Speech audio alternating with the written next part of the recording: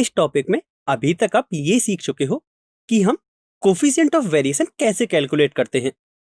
अब इस वीडियो में हम ये सीखेंगे कि यदि हमें दो या दो से ज्यादा फ्रीक्वेंसी डिस्ट्रीब्यूशन गिवन हो तो हम कोफिशिएंट ऑफ वेरिएशन की हेल्प से उन दोनों को कंपैरिजन कैसे करते हैं। इसे हम एक एग्जांपल से समझते हैं। दो फर्म है ए एंड बी एंड दोनों ही सेम इंडस्ट्री से बिलोंग करती हैं एंड दोनों ही फर्म्स में जो वर्कर्स हैं उनको जो मंथली वेजेज मिलते हैं उनको एनालाइज किया गया एंड रिजल्ट कुछ इस तरह का आया कि दो फर्म है ए एंड बी जिसमें नंबर ऑफ वेज अर्नर्स हैं। फर्म ए में है 586 एंड फर्म बी में है 648।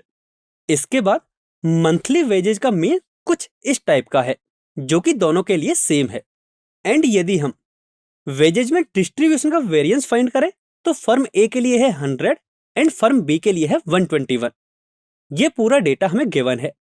अब इस पूरे डेटा के बेसिस पर दो क्वेश्चंस हमें गिवन है। पहला ये है कि कौन सी फर्म ए या बी सबसे ज्यादा मंथली वेज पे करती है एंड सेकंड ये है कि यदि हम इंडिविजुअल वेजेज की बात करें तो ए या बी में से कौन सी फर्म में ज्यादा वेरिएबिलिटी है। तो चलिए अब हम इसका सॉल्यूशन डिस्कस करते हैं। सबसे पहले हम ये देख लेते हैं कि कौन सी फर्म ज्यादा मंथली वेजेज पे करती है।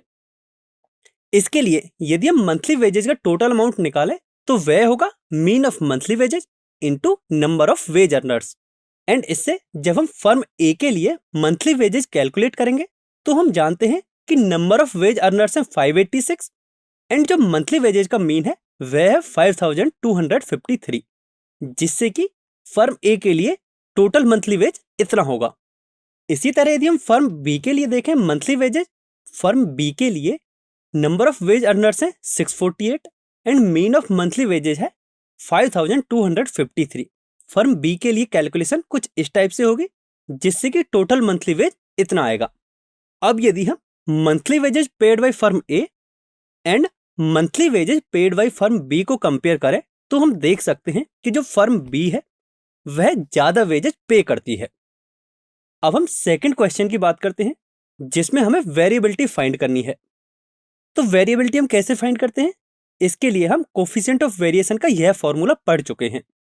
इस तरह यदि हम फर्म ए के लिए देखें तो हमें यह पता है कि मीन है 5253 या फिर 5253 एंड वेरिएंस गिवन है 100 के इक्वल।